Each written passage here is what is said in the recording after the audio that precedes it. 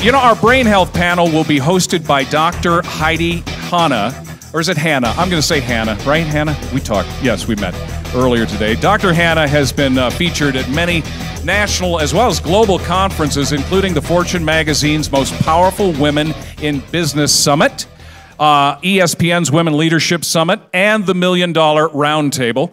Heidi is the CEO and founder of Synergy, an integrative neuroscience partnership that provides brain-based training for individuals and organizations, as well as she'll illuminate you more on that. And she's also a frequent lecturer at Canyon Ranch Resort and Spa in Tucson, Arizona. Can't wait to get out there in Tucson and see you, Heidi. Dr. Heidi Hanna, thank you. I think I'm going to take... By the way, I just want to tell you something real quick. You are amazing. You're doing a fantastic job. I cannot believe you get nervous, but I want to tell you that I do too, so you're not alone. And in fact, most professional speakers that I talk to say they get nervous, and if the nerves go away, you're going to have your worst performance ever. So we'll talk a little bit more about that offline, but yeah. So it's fabulous to be here with all of you. I am delighted to be up on stage with actually two of my very best friends, and if you would like to join that club, you're welcome, John. I spoke to Wayne about this summit and talked about how I could be involved, and I think that this is just a beautiful way for me to contribute because I'm incredibly curious. So I get to ask some questions. I'm going to try to not be selfish and only ask my questions so that you can ask some questions as well. But I'll share just a little tidbit about myself. As I mentioned to Steve, I have been a professional speaker now for 10 years, but growing up, I definitely did not think that that would be what I was doing. At the age of 12, I was diagnosed with a stress ulcer. Shortly after, I was diagnosed with panic disorder. After that was the eating disorder, followed by depression, substance abuse, exhaustion, and burnout. So like a lot of other people, I've been through a journey of what I was told was all in my head. And as part of that journey, I decided to study the brain, and it's what makes me so passionate about understanding that a broken brain is actually a gift, and even what Billy was talking about, learning that sometimes our challenges are super gifts, the way I look at our superhuman powers. So I'm really excited to be here. So what I'd like to start with is a question that I get all the time after I do a presentation, which is, what is the one thing that you would recommend? And I actually have this for each and every one of you. Your topics were so different, but interconnected. And there's so much information. So John, from what you were talking about, there's a lot of different strategies people could be thinking about with regards to nutrition. So if somebody said, you know, I can't make a lot of change all at once, but if I were to do one thing differently, add something, take something away, what would that be? You know, fermented foods, including some sort of fermented food into your diet, is just a great way to start to expose yourself to those microbes. It's kind of amazing to look at how so many cultures have fermented foods as a part of their traditional diets.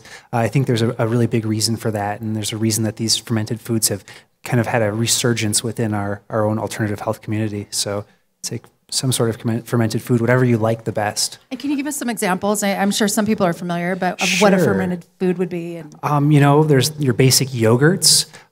If you're looking at a yogurt, you always want to check the ingredients label to make sure that after it's been pasteurized, it's had some bacteria added back to it. So you'll see lactobacillus or bifidobacterium in the ingredients. Sauerkraut, kimchi, miso soup. You have your kefir. Kombucha, for those who haven't tried kombucha, is pretty cool. That's a great way to kind of drink your probiotics. So those would be some of the things I'd suggest. And, you know, it's maybe more of an encompassing statement, but also just looking at diversity in your diet. I know I get into the same habits of eating the same old fruits and vegetables. And I think really expanding the number of fruits and vegetables that you eat is another great way to kind of get those prebiotics that help feed your beneficial bacteria. So I don't know about the rest of you in here, but sometimes when I'm looking at the nutrition research, it can be really overwhelming to my brain to try to figure out what to do first and how to create a habit. So variety is exceptional, but also making variety easier for us. So kind of along those lines, Evian, I'm curious for you, what would be the #1 kind of practical takeaway that someone could do to train their brain more effectively? So for me, as an integrationist, I look at what is the thing that makes the most impact. And my personal opinion, and in looking at the data, it's to know yourself, know your own brain. And I know that sounds and seems so daunting to people, but there are tools and assessments now available, but it's even easier than that. It's simply starting off from the time you were born and just having that self-reflective, contemplative time to think about how were you conditioned? How did you bond with your mother, your father? How were you conditioned? What worked? What didn't? What was missing? What are the things that could have impacted you along the way? And think about it as a brain. 85 billion highly interconnected nerves. It's 100 chemicals sloshing around. You don't need the details. My personal view is you need the picture. And the one thing people are most interested in is themselves. But very few people put that picture together in a way that is just deeply honest, so that we get to the point where they assess what damaging things happened, what helpful things happened, what are their biases, what are their limitations. And then authenticity is so liberating that you can then go and train anything, because you're doing it with such a clear base. You bring something up that I think most people struggle with, which is time. Taking time to actually sit and reflect and be aware. And it would make me think that even setting time into your schedule to reflect would be important, as something that people could do every day and kind of pay attention to what's going on. I'm going to come back to that in a couple minutes because I've got a follow-up on that. But Karen, for you, of course, we've spent a lot of time together, and Karen has really been my humor mentor. I actually started a nonprofit called Beyond Funny, and our whole purpose is to look at humor on the brain. And actually, I'm happy to share with you that we are enlisting the support of Dr. Gordon as well to do some assessments on the cognitive and emotional benefits of humor, something that really hasn't been studied yet. No pressure, but I think I just put you on the spot. But anyway, so Karen, you have so many great strategies of how to apply humor and how to create a humor lifestyle. What would be the #1 if someone was going to do one thing differently today? I'm surprised how often I get that question, you know, what's one thing I can do? Because as children, we would never ask that question. But as adults, it's like, oh my gosh, tell me what to do. And so if I were to just recommend one thing, I have something that I call the 24-hour challenge. And in the 24-hour challenge, I would ask you every single day, to seek humor from another person, whether it's a family member, whether it's a relative, whether it's a friend, whether it's a colleague, whether it's a supervisor, whether it's a kid on the other side of the counter that's saying, you want fries with that. To seek humor, whether it's a funny story, a funny joke, a most embarrassing moment. A lot of humor comes from pain. That's a whole nother topic. And then within that 24 hours to share it, pay it, play it forward with another person. And the reason that I recommend that is because now psychologically you are getting the benefit, the uplift. It's building up your mood, level of alertness. You're stimulating your brain all over, the gamma waves throughout the entire brain by finding and receiving the humor. You're experiencing the physiological effects throughout your body. Almost every single body system is affected from what we have found in our research. And socially now you are increasing a relationship with the person that you are getting the humor from and the person that you're sharing the humor with. Even if you're confined to your home or your bed or wheelchair, you could still via your phone or Twitter or Facebook or something, there is a way to share that, and even better yet, find a humor buddy like Heidi and I have become. So find that person to seek the humor from and then pay it forward to somebody else every day.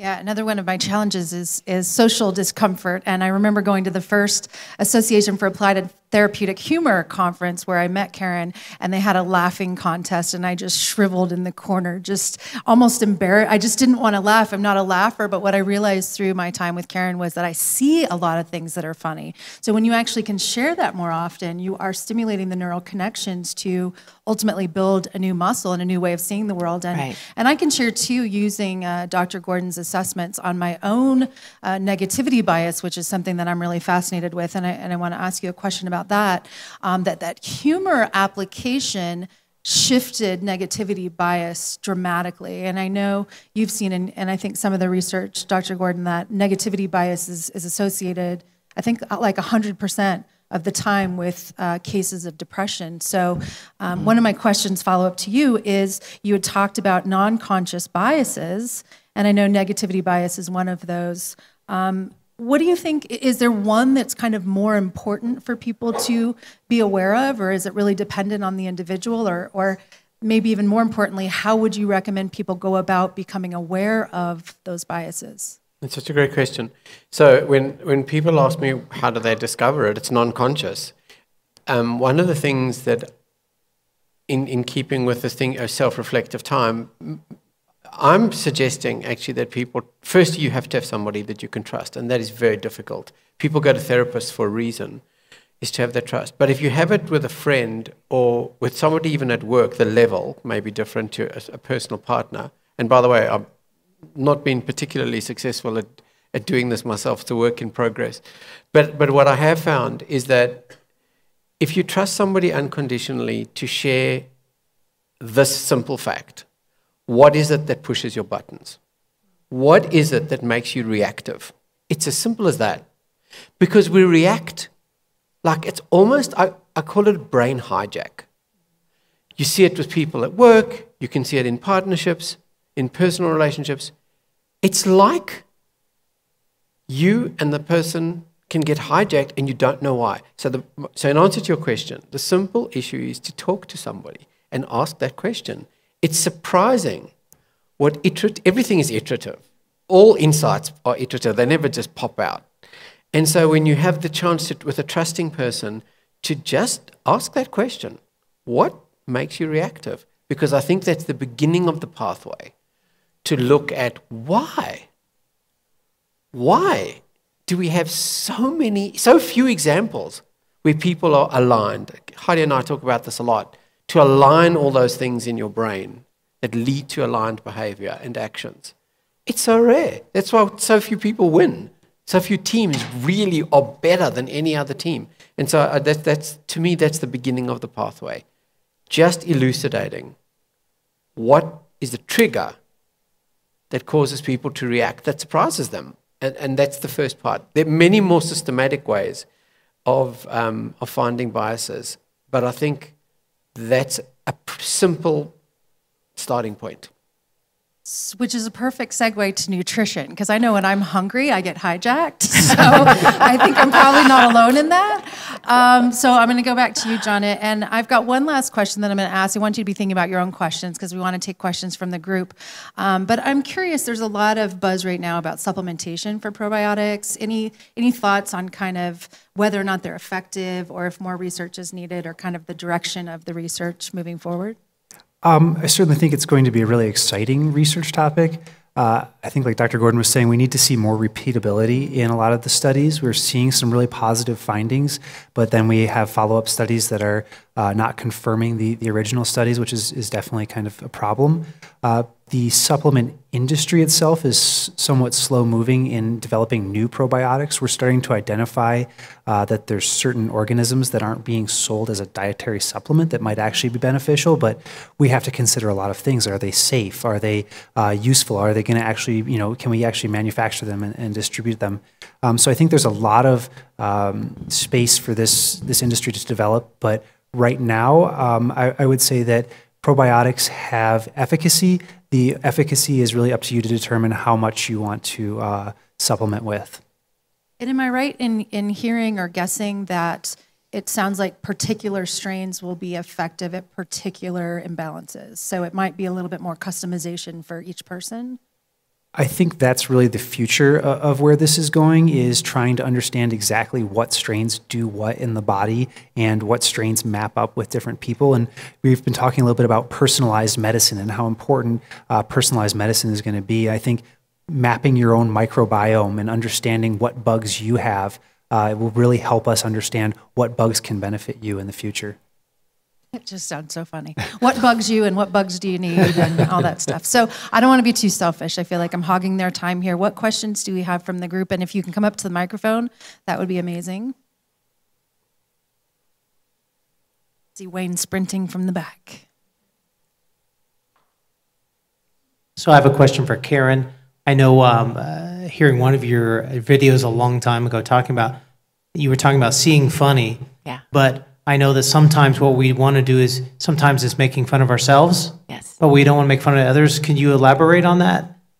Well, How we might make fun of other people and maybe we shouldn't do that. Maybe it should, we can do that to ourselves, but how that funny ties into that? Great question, because really I'm making an assumption here because of the amount of time. I should have really clarified that what I'm talking about is therapeutic humor. And therapeutic humor is the kind of humor that is a positive, constructive humor. It's the kind of humor that makes people feel good, because humor can be a tool and humor can be a weapon. And it depends very much on the intent. And there's several factors involved, including relationship and timing. But in terms of other people, you want to use humor that will build them up, that will make them feel good, that will increase their creativity, that will increase their energy. When in doubt, leave it out. Safest form of humor, self-effacing humor. Poke fun at yourself. Because now what you're showing that other person again is safety. You're showing that other person that you have some limitations, that you have some weaknesses, that you can laugh about them, that you have the confidence to do that, and people will feel more comfortable in being with you. But in all the humor that we're encouraging people to use, we certainly, thank you, Wayne, we want it to be therapeutic humor that builds. Excellent. Other questions? I know I'm sitting here thinking I kind of have the inside scoop because I know what you all are working on. Evian, you mentioned addiction, and I think that's probably a topic that we're all interested in, and I was hoping that maybe you could share a little bit more about maybe what you're seeing or the way that brain training in particular is going to be effective for that population that's really struggled for a long time to find something that's sustainable in providing help for those people. So it's been really humbling to and it's just early days for us. We have about 100 clinics now that around the United States that use this platform. There are 14,000 clinics in the United States, and the sad number is that 26 million people have addiction, and only about 4 million people are getting treatment.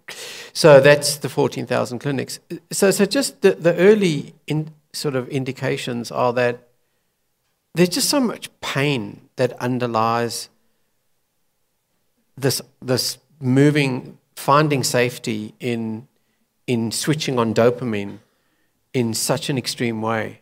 And it's so understandable. The incredible thing about being in the brain and just seeing that it's just all variants of normality. It's such a shame that we've got all these labels, because I think the labels do a lot of damage, but that's another issue. So the point about addiction is firstly just how much pain there really is that is being soothed. So this is the soothing of pain. And then the second thing is that what we're beginning to see is self-regulation, that the ability for people to feel that they can win by secreting their own dopamine, by having a brain habit that helps them self-regulate. And that could be even just in the moment thinking of the consequences, the longer-term consequences of their actions, because most people really don't. They seem to just care about the moment. So breaking that craving in the moment and thinking about the longer-term consequences, self-regulation, are trainable. They're both imminently trainable.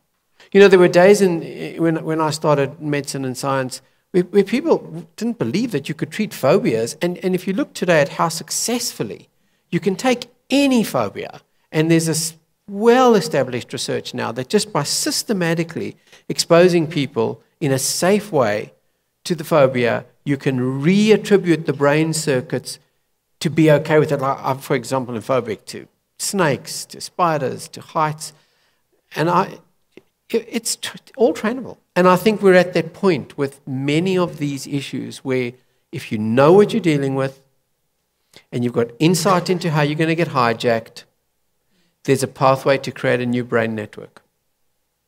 Stimulus response. Stimulus response. And I'm thinking the assessment part then is so important for that kind of reward process to happen, that they can see progress as opposed to just what we've thought about in the past with brain games. That this is actually a training exercise where you're going to see some growth happen. Totally, and I'd say that about everything. You know, one of the problems being an integrationist is I do speak to various groups with different sort of interventions and treatments. So the drug industry we're all familiar with, and there's a way of knowing the drug works or it doesn't. But there's now, you know, close to 100 therapies in the brain. And so we really do need to know the difference between what really works and what doesn't. And frankly, I'd say that, you know, that it's exactly, I think your description is so thoughtful and so insightful. The biome now is almost like a fad. It's like it's great interest because it's got great potential. But it seems like it's going to go through the same cycle that all these other interventions need to do, which is get the evidence, get the replication, personalize. I think you summarized it brilliantly. And most people prematurely jump to from that I see, jump to what they would like to see work. And that's where this issue of the placebo response is so crucial to really be honest about. Which must be one of the biases, I assume, jumping to conclusions. It's a huge bias. It's not a good form of exercise. Because if you deal with someone like these three people and you go to them, come on, warmth, intelligence, hope. Who's not? I feel better just sitting here with them. You don't have to do anything. So we need to know what works over and above that. Stop. You want to be in their group, don't you? Okay, we have a question from the group. Yeah, this is for Karen. I find in treating depression, my clients with depression, that they often use humor at their own expense to make others laugh, but they are not laughing themselves. How does one with depression learn? I had to write it down because I would have forgotten it. How does one with depression learn to laugh at themselves, not at themselves, but for their own reasons? Does that make sense? It does, totally. Okay. Great question. Let me start by saying that a dear friend of mine, psychologist Dr. Terry Paulson, when we were discussing the use of self-effacing humor once, he said, you know, here's the caveat. When you're using self-effacing humor, make fun of your actions and not of who you are, because it's easier to admit that you made a mistake than it is to admit you are a mistake. and so many times people will use that self-effacing humor more as an avoidance or to make others laugh and not necessarily to make themselves feel better or to use it in a therapeutic way. And so I think that I would guide them to find ways to find humor in the things that are around them or in the things that are their actions, not so much in who they are. One quick little way to check this is it something that you can change about yourself in a minute or less? You know, if you can't change your weight, if you can't change your hair, if you can't, I mean, it's like there are certain things that, depending on your comfort level, maybe you don't want to joke about those kinds of things because they really make you feel bad. But if you can joke about your actions, then that's much, much more therapeutic. And to give them different kinds of ways to do that, whether it's to, you know, one of the things that I assign to folks is, what's something that you find funny on television? For me, I TiVo Big Bang, and there's something about it. I've got every episode memorized because we watch it on a regular basis, but we still watch it because it's that external kind of humor and something that we can laugh about. And studies have shown, I don't know how if they've been replicated, but the people, now I'm really nervous, but you know, the people who are finding the humor around them, that there is like this self-perceived increase level in their happiness. And so we're moving them up what's been called the emotional scale. And you know, you can't go, in my opinion, from despair to bliss in one leap. But you know, using these step by step on a regular basis, on a routine basis, making it habitual, that's what differentiates, hopefully, this group from the rest of the population. I was telling Heidi and Evian last night that last week when I was speaking at an integrative medicine conference, on my way to the conference, my driver said, "What are you speaking about?" And I said, "Oh, I'm going to be speaking about humor." And he goes, "Oh, did you know that laughter's the best medicine?" And I was like, "Yeah, I've heard that." You know, and he knew how important it was. But the difference between him and the people that I like working with closely is that for him, it wasn't something that he saw as a tool. It wasn't something that he was using therapeutically and on a regular basis. And so that's one of the things that I would ask you to do.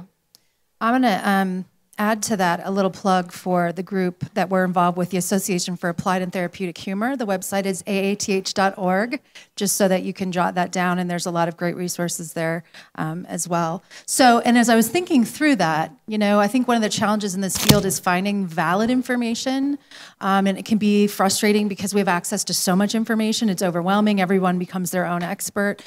So I'm curious, you know, I mentioned AATH. From you, John, are there good resources available online where people can get more information on the type of work that you're doing and kind of nutrition discoveries?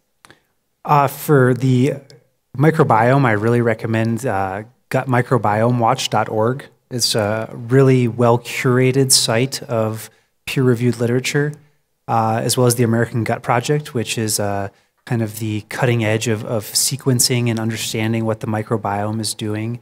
I recommend to people that when you're reading stuff online to always be a skeptic.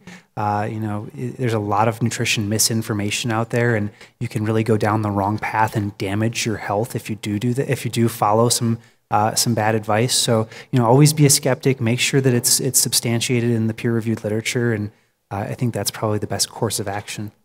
And I know, Evian, you wouldn't normally say this, but I'm going to say it anyway. BrainNet.net.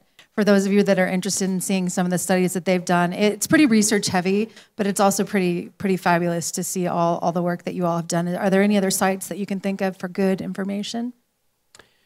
No, I think that's really useful, and I think also the difference between a novice and an expert is that an expert has a model.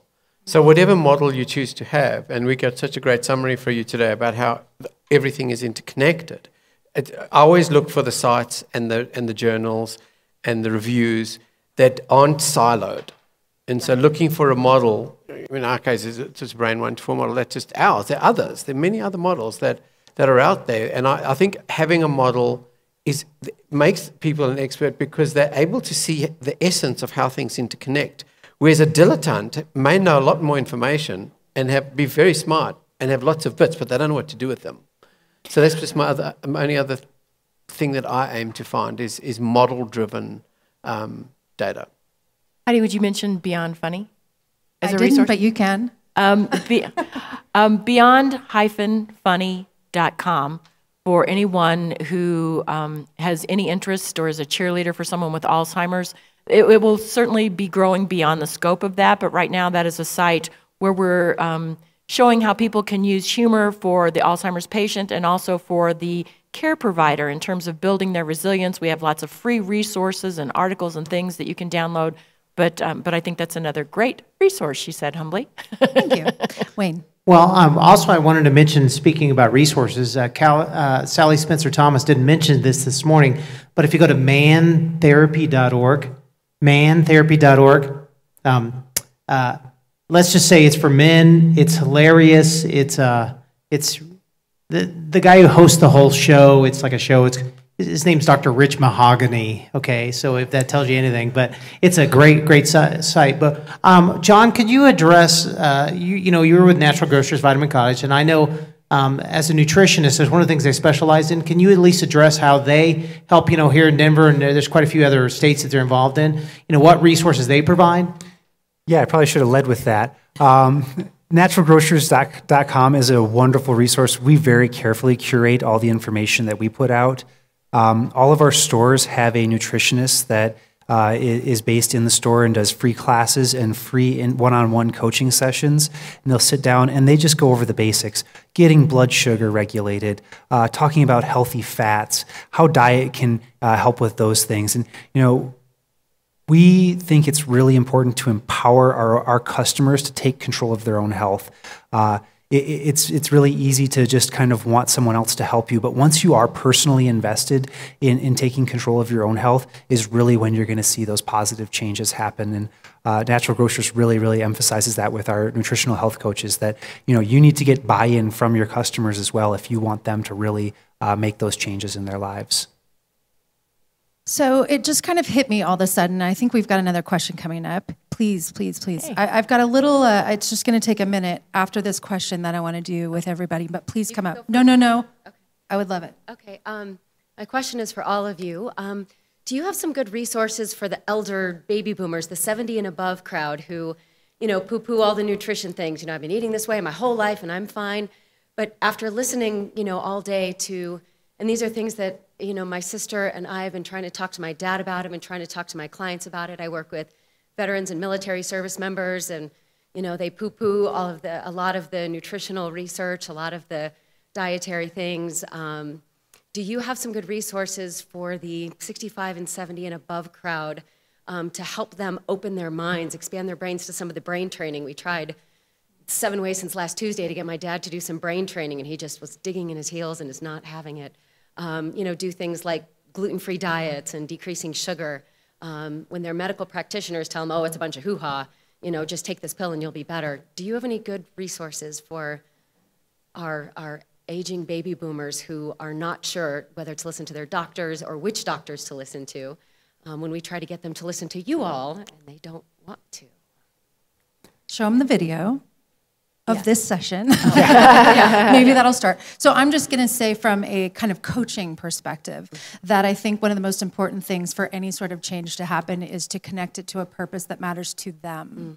So to actually ask them, what might they want to change, or how do you connect it to something that matters to them? Because if we're talking about even longevity, some people are like, this is the life of, I'm going to live hard and burn out fast. And I think the key is if you can connect nutrition, for example, to something that matters to them, even if it's something that seems like vanity, it's going to help your hair, it's going to help your nails, or, whatever it might be. I also think with the aging population, something that we're seeing that's very clear in the research is the importance of social connections. So I would say perhaps as important as anything else we're talking about is getting them connected to community, volunteering, mentoring, reminding them that they still have a reason to contribute to society. I just feel like that deeper sense of purpose and somehow connecting that with the nutrition and the brain training is part of making sure that the change process is going to happen. I'd love to hear comments from any of you. I think you hit the nail on the head with getting them involved in a community. I go around and teach classes at various stores that we have, and I was out in Reno, and I taught a class every other day for maybe 2 weeks, and we had the same 25 people come in, and this is a 65 and up population. Same 25 people come in. This is their little group. This is their little community. They all sit together and say, oh, I'm doing this, I'm eating this, share recipes. It really resonated with me. I came away from that thinking, wow, this is a great community of people. And they would say, I brought my friend this time. And now that friend is part of their community and they've got buy-in from that. So I think that's a fantastic point. Thank you. That's a great question. So can I mention a brain-based piece of it, if I could? So it probably should have been the main part of my talk, but what you've just said is so interesting because one of the things in the non-conscious bias, the most important one, which should have been my answer when you said, is there one, is that change is a threat. So when you tell people what to do, they may thank you to your face, but the reality is that non-consciously change is a threat, and you may actually be triggering the threat response in them. So, in answer to your question, there's a whole field of this, by the way, called motivational interviewing, if people want to see that the doctors and communicators are learning how not to tell people anything what to do, because it's a brain hijack thing. Without them knowing it, they find a way to hijack themselves. So in answer to your question about old age and aging people and what to do. So there's a paper in brainnet.net called The Mellow Years. And here's the surprising thing. When you look at the whole database of many thousands of people, hundreds of thousands actually, but many thousands in that paper, we all know that as you get older, we lose our memory, and we do. But the surprising thing is that some things get better. Self-regulation gets better, and positive self-regulation gets better. Now, the main point that I just want to share with you is that when people discover that for themselves, that they're not defeated, they're not just going downhill, that they can actually become better at something, and they actually go and say, I'll train a bit of positivity, and two things. If they secrete dopamine in their brains because they feel some self-efficacy or they've won at something, anything, however small, secretes dopamine. Doesn't matter how tiny the step is. And number two, if they tell you about it or share it with someone, they secrete oxytocin, which is the bonding chemical. You secrete dopamine or oxytocin in anybody, they aren't going anywhere. They're coming back and they're staying. And they're going to develop their own pathway to determine their own future. Fabulous. That's what you did really to us to keep hanging out with you, right? We keep coming back and wanting more. Okay, so here's what I want to do before we close. We're about to take a break. I feel like it's so easy to come to amazing symposiums like this and hear wonderful information, then we just go right back into the next session without applying it. So I'd like to just do a 1 minute, what I call consolidation meditation. Just close your eyes and think about what you've heard through the brain health session. So we heard about nutrition, we heard about brain training, we heard about humor, we've heard a little bit about exercise and movement. And I'm gonna be quiet for 1 minute. I'm gonna ask you to just close your eyes and think about the messages you've heard and what resonates most for you and what specifically you think that you would be willing to implement in your own life. Because I think the best way for us to be lights to other people is to actually live it. You can pay attention to your breathing, appreciate the fact that we're all here together, and think about that one takeaway that you're going to apply as you leave the room to do something a little bit different to make your brain healthier.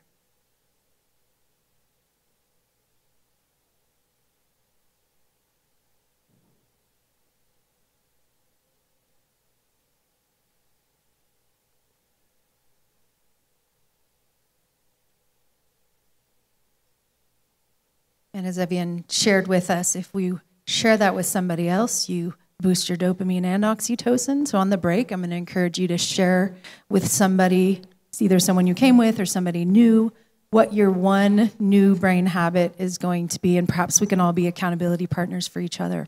So with that, I will send Heidi, everybody. I want to make one more comment, and that is... she's always got to have the I last always have word. one more thing. I'm kidding. That's my whole life. Yes. But I did bring a handful of What's So Funny About Diabetes books. I am going to be at the table in the next room. Oh, great. But I'm going to sell them for $15. But the proceeds goes back to Invisible Disabilities. So if you're interested in something like that, if you have diabetes, pre-diabetic, or you're a cheerleader for somebody with diabetes, that may be a helpful tool for you.